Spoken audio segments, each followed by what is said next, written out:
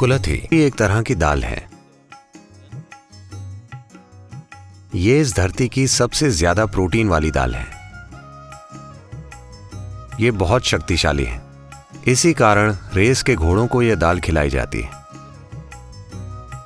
इसे आजकल हॉर्स ग्राम कहा जाता है। बाजार में इसे दुर्भाग्य से हॉर्स ग्राम कहा जाता है। इसे तमिल में कोल्लू, दूसरी भाषाओं में हुरुली और तेलुगु में उलू उलू कहा जाता है। तो ये बहुत अच्छी चीज है। इसे अंकुरित करना अच्छा है। अगर इसे अंकुरित किया जाए तो आप इसे आसानी से पचा सकते हैं। इसे एक कटोरी में रखिए अपने कमरे में। एक सफेद कपड़ा लीजिए, इसे उसमें रख दीजिए। लगभग 6 से 8 घंटों के लिए इसे पानी में भिगो दीजिए। उसके बाद इसे एक कपड़े में बांधकर रख दीजिए। लगभग 3 दिनों में ये अंकुरित हो जाएगी।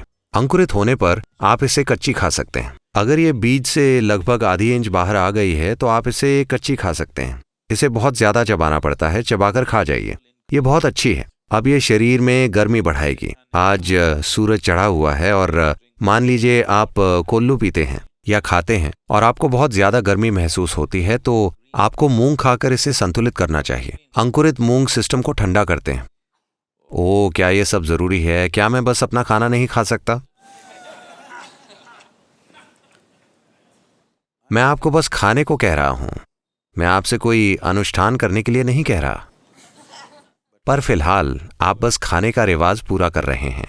आप वैसे नहीं खा रहे जैसे इंसानों को खाना चाहिए।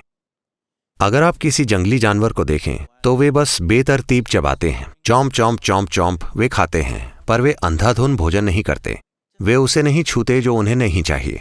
वे वही खाते हैं जो उन्हें चाहिए।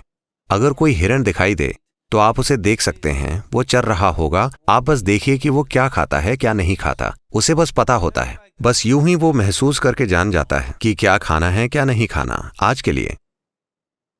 कल हो सकता है कि वो कोई ऐसी पत्ती खाए जो उसने आज नहीं खाई, पर आज उसे पता है कि उसके शरीर और आसपास के वातावरण के हिसाब से क्या खाना है। तो आपको भी ये थोड़ा बहुत विकसित करने की जरूरत है, क्योंकि ये शरीर की बुद्धिमानी है। तो कुलथी खाने से शरीर में गर्मी पैदा होगी। अगर आपको लगे कि ये बहुत ज्यादा गर्मी पैदा कर रहा है, आपको कैसे पता चलेगा कि गर्मी बहुत ज्यादा है? आप पाएंगे कि आपकी आंखों के गोलक गर्म हैं, या आप पेशाब करना चाहेंगे। पेशाब भरा हुआ है पर वो बाहर नहीं आएगा। आपको तकलीफ होगी। इसका मतलब है गर्मी बहुत ज्यादा है। अगर ऐसी कोई चीज होती है तो आप थोड़ा पेट का जूस पीजिए, या थोड़ी मूंग खाइए, या थोड़ा अरंडी का तेल ले लीजिए।